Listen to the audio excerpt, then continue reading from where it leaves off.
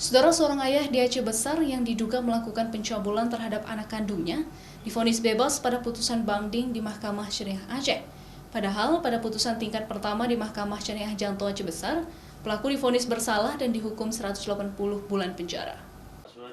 Seorang ayah berinisial SUR 46 tahun merupakan warga Loknga Aceh Besar yang berprofesi sebagai PNS diduga melakukan pencabulan terhadap anak kandungnya yang berusia 4 tahun dan masih duduk di bangku sekolah kanak-kanak.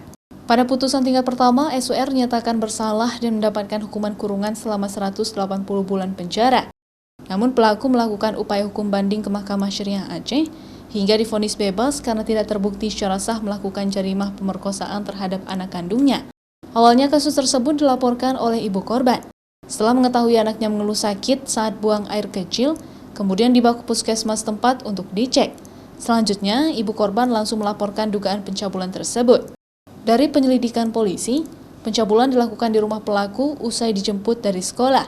Pelaku dengan ibu korban sudah tidak tinggal serumah lagi karena permasalahan internal. Memang ada putusan Mahkamah Syariah Aceh nomor 22 tahun 2021 yang membatalkan putusan Mahkamah Syariah Janto, yang mana Mahkamah Syariah Janto memvonis terdakwa secara sah dan yakin bersalah dan dihukum 180 bulan penjara.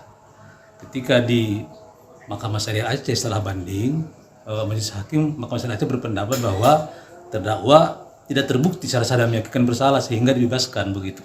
Ya, ada pertimbangan hukum, Pak, karena memang saya nggak mungkin menjelaskan karena begitu banyak pertimbangan hukum sampai 2-3 halaman. Dan saya tidak punya kapasitas untuk menyimpulkan pertimbangan hukum itu. Atas putusan banding di Mahkamah Syariah Aceh tersebut, Jaksa Kejari Aceh Besar akan melakukan kasasi ke Mahkamah Agung dalam 1 pekan mendatang.